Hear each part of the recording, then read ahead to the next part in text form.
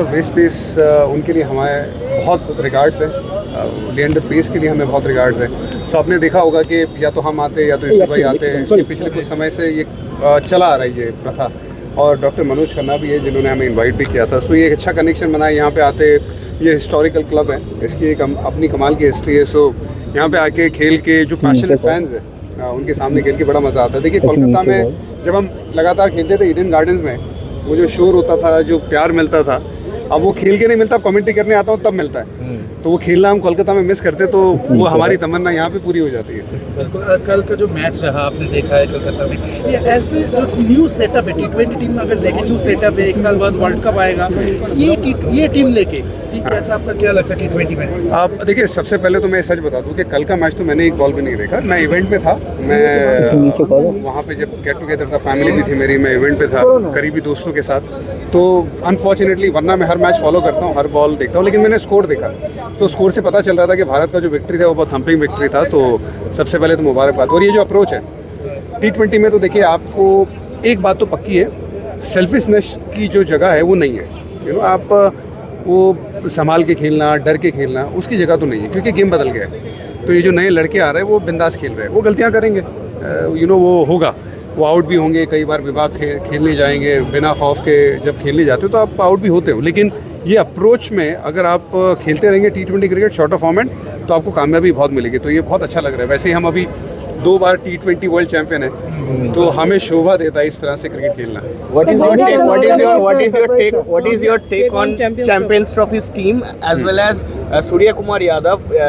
Yesterday he said that he's not hurt left out of the Champions Trophy team, but if there is Surya Kumar Yadav in addition to other players. देखिए, बहुत सारे लड़के जो miss out कर गए, जैसे मेरा ये मानना था कि संजू सैमसन भी अगर वो सोच रहे होंगे तो उनके लिए भी बड़ा मुश्किल हुआ होगा स्क्वाड में नहीं रहना। सूर्य कुमार यादव के लिए भी बड़ा मुश्किल रहा होगा। मुझे लग रहा है मोहम्मद सिराज, जिन्होंने बहुत अच्छी गेंदबाजी की थी, और वहाँ पे एक फास्ट बॉलर को अतिरिक्त लेके आ सकते थे, क्योंकि दुबई में मुझे लगता है जो कंडीशन रहेगी, 4 स्पिनर तो एक साथ नहीं खेल सकते, मतलब वो मुश्किल लग रहा है।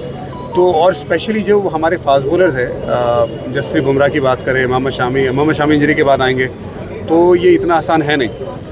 तो आपको एक फास्ट बॉलिंग बैकअप होना वो बड़ा ज़रूरी था। लेकिन उम्मीद यही करते जो सिलेक्टर्स ने और टीम मैनेजमेंट ने जो टीम चुनी है, उनको हम बैक करेंगे और दुआ करेंगे। आप पेस बॉल किए हो, और इस बार शमी जो है वो कमबैक करेंगे, लेकिन अभी शमी को रेस्ट कैसे, उसको मतलब पूरी तरह से व्यवहार करना चाहिए, और साथ में ये शमी को कल नहीं खिलाया गया, पर 2020 में वो कितना सरप्राइज था। देखिए, ये एक तो मोहम्मद शामी चैंपियन बॉलर है, ठीक है, आप इतने साल से क्रिकेट खेल रहे हैं, आप उनके अगर नंबर देखेंगे ना, टॉप 10 में है इंडिया की हिस्ट्री में, तो बहुत ज़बरदस्त गेंदबाज है, बहुत एक्सपीरियंस है। तो जब इतना एक्सपीरियंस गेंदबाज होता है ना, उसको खुद की बॉडी भी पता होती है कि कितना चल रहा है, कितना नहीं चल रहा है।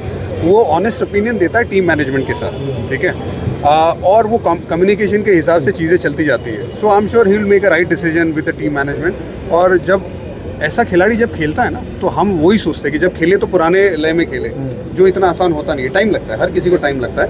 सो उम्मीद यही करेंगे कि मोहम्मद शामी की जो सर्विसेज है भारत को मिले, और ख़ास करके रेड बॉल क्रिकेट में, क्योंकि वैसा बॉलर मिलना मुश्किल है, वैसा और बुमराह जैसा। आप इमेजिन करिए, बुमराह फिट है, शामी फिट है, वैसे गेंदबाज अगर खेल रहे, तो आई थिंक उससे अच्छा कुछ है ही नहीं। दादा ने भी सेम बात कहा था कि बुमराह के लिए शामी, शामी के लिए बुमराह। दादा हमारा पहला कप्तान है, ठीक है। सो दादा की जो अल्फाज है, देखिए वो बोल रहे थे अल्फाज हमारे, हम बोल रहे हैं अल्फाज उनके, तो ये प्यार मोहब्बत तो चलता रहेगा। जरूरी है। ये आपको कैसे, ये आप कैसे देख रहे हो? रोहित शर्मा, यशस्वी जायसवाल, विराट कोहली। हम 1.5 साल से ये बात कर रहे थे, जब हमारे हाथ में माइक था, हमने ये बात कही थी कि सबको डोमेस्टिक क्रिकेट खेलना है। हाँ, ये नहीं होना चाहिए कि इक्का दुक्का मैच खेल लिया और ये दिखा दिया कि भाई हाँ चलो ठीक है, हमने खेल लिया है, हमने हमारी जो फ़र्ज़ है वो पूरा किया। नहीं, रेगुलर खेलो, आप फ्री हो, क्रिकेट खेलने के लिए आप हो। आप अगर खेलोगे तो उससे इंडियन क्रिकेट का फ़ायदा है, बिकॉज आप बतौर सीनियर खिलाड़ी आप खेलोगे तो आपके लिए भी बेहतर है। लेकिन इमेजिन करिए इंडियन क्रिकेट के लिए कितना अच्छा है। सपोज अगर मैं सीनियर खिलाड़ी हूँ और कोई यंग लड़का है, वो खेल रहा है, वो क्या करेगा, मुझे मेरे लेवल पे आने की कोशिश करेगा। तो आज सपोज एग्जांपल देंगे, विराट कोहली अगर रेगुलर खेल रहे हैं, रोहित शर्मा रेगुलर खेल रहे हैं, ये जो बड़े ज़बरदस्त प्लेयर है, हाँ, ये वर्कलोड मैनेजमेंट की जो बात होती है वो आपको ध्यान रखना है, वो सबको पता होता है, अपनी बॉडी सब कुछ है। लेकिन अगर विराट कोहली का लेवल मैच करने के लिए कोई यंग लड़का खेलेगा 2-3 मैच, 4 मैच, 5 मैच, तो वो लड़के का भी लेवल ऊपर आया ना। सेम रोहित शर्मा के लिए, रोहित शर्मा के साथ कोई खेलेगा, उनको आउट करने की कोशिश करेगा, वो लेवल पे वहाँ जाने की कोशिश करेगा, उसका भी कॉन्फिडेंस बढ़ेगा। तो ओवरऑल किसका फ़ायदा हो रहा है? इंडियन क्रिकेट का फ़ायदा है। तो और मतलब ये जो बात चलती है ना कि डोमेस्टिक क्रिकेट निकली, ये बात तो वैसे होनी ही नहीं चाहिए। आज ऑस्ट्रेलिया का अगर हम देखेंगे, जो लास्ट में हमने देखा, जो लास्ट टेस्ट मैच हम हारे थे, वहाँ पे एक यंग लड़का ऑलराउंडर आया था, ठीक है। वो स्टार्क के सामने खेलता है, कमिंस के सामने खेलता है, उसने रन बना दिए और ऐसा लग रहा था कि पहली बार नहीं खेल रहे। आप समझे? It is very important for all the players whenever they are free and if they don't have proper injury concern, तो क्रिकेटर तो क्रिकेट खेलने के लिए पैदा हुआ है ना, तो खेलो। The board has set up new guidelines. The board. 2007 में हमने देखा था जो टीम वर्ल्ड कप खेले थे राहुल द्रविड़ के अंदर में, उनका जो ड्रेसिंग रूम था, उसके बाद जो वर्ल्ड कप खेला उनके अंदर में, उसका जो ड्रेसिंग रूम था पूरा अलग था। इस बार भी देखा ऑस्ट्रेलिया में जो ड्रेसिंग रूम है और अभी जो ड्रेसिंग रूम है पूरा अलग है, एक ही टाइप का। आप गए थे ड्रेसिंग रूम में? नहीं, बातें अंदर उससे बाहर आ रहा है, उससे रिलेट करके। देखिए, मुझे लगता है कई बार तो बहुत चीज़ें बहुत बाहर से बहुत ज़्यादा चलती रहती है, और ऐसे एक्स क्रिकेटर हम चाहेंगे कि अच्छा ही माहौल रहे, वो हमेशा बड़ा ज़रूरी है। अच्छे माहौल के साथ क्रिकेट खेलना, अच्छे माहौल से टीम का परफॉर्मेंस और इन्हांस हो जाता है। तो ये चीज़ हमने पूरा नोटिस किया हुआ है, हमने महसूस किया हुआ है। अच्छी बुरी चीज़ आपने चीज़ें बात की हैं, और ऐसा नहीं था कि राहुल द्रविड़ के अंदर में अच्छा माहौल नहीं था। वो वर्ल्ड कप में एक अलग जो नेगेटिविटी चल रही थी वो पर्टिकुलर वक्त पे, तो उससे ज़रूर फ़र्क पड़ता है। लेकिन उनके कारण कैसा है कि बहुत सारी चीज़ें अभी हिस्ट्री में जाएंगे तो फिर है ना, अभी आप भी माइक पकड़ के 2 घंटा खड़े रहेंगे, मैं बात करते रहते, वो मेरी बैटिंग चली जाएगी। लेकिन इम्पोर्टेंट ये है कि कारण कोई भी हो, इंडियन क्रिकेट को और सारे प्लेयर, सारे मैनेजमेंट को, सबके दिमाग में एक ही बात होनी चाहिए, इंडियन क्रिकेट सबसे ऊपर है। तो जब आप फील्ड पे जाते हो ना, और ऐसा नहीं है कि सिर्फ हमारी बात है। हमें याद है जब ऑस्ट्रेलिया के सामने हम 2003-04 में खेल रहे थे, हम डेब्यू कर रहे थे, डीन जोन्स हमारे ड्रेसिंग रूम में आए थे। उन्होंने कहा था कि ये देखो जो ऑस्ट्रेलिया की टीम है, जो स्टीव वॉ आखिरी उनका वक्त था, क्योंकि वो ट्रांजिशन पीरियड में थे। स्टीव वॉ के बाद नया कप्तान आने वाला था, रिकी पॉन्टिंग की बात चल रही थी, ठीक है। उससे पहले गिलक्रिस्ट साहब ऊपर थे, शेन वॉर्न की बात चल रही थी, बहुत सारी। फिर वो कैप्टनसी नहीं हुई, तो उन्होंने कहा था कि देखो ये ड्रेसिंग रूम टूटा हुआ है, उससे साफ पता चल रहा है जिस तरह से भाग रहा है। तो हम सिर्फ हमारी इंडियन टीम के बारे में नेगेटिव बात ना करें ज़्यादा, तो अच्छा है, क्योंकि वो जो हो गया, हार गए, आगे बढ़ो। गाइडलाइंस की है BCCI ने, और उसको लड़के फॉलो करें और एक ज़बरदस्त एकजुट होकर क्रिकेट खेलें। क्योंकि वो टाइम में हमने ऑस्ट्रेलिया में जाके 1-1 की बराबरी की थी 2003-04 में, ठीक है।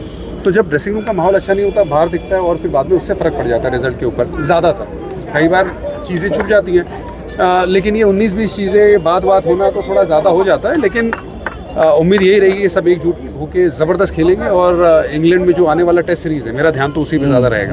रोहित और विराट के लिए कुछ बोलेंगे? उसका कुछ फॉर्म अभी नहीं चल रहा है, बहुत सारे चर्चे हो रहे हैं, क्या कहेंगे? नहीं, देखिए, वाइट बॉल की जब बात आएगी ना, तो ये आप देखेंगे ये रन बनाएंगे, इसमें कोई दो राय नहीं है। उनको जो भी चीज़ें ठीक करनी है वो रेड बॉल क्रिकेट में ठीक करनी है। वो एक मसला है, चाहे वो विराट कोहली का ऑफ स्टंप के बाहर का मसला हो या रोहित शर्मा का जो फॉर्म नहीं है, वो ज़रूर मसला है, उनको वो सॉर्ट आउट करना होगा।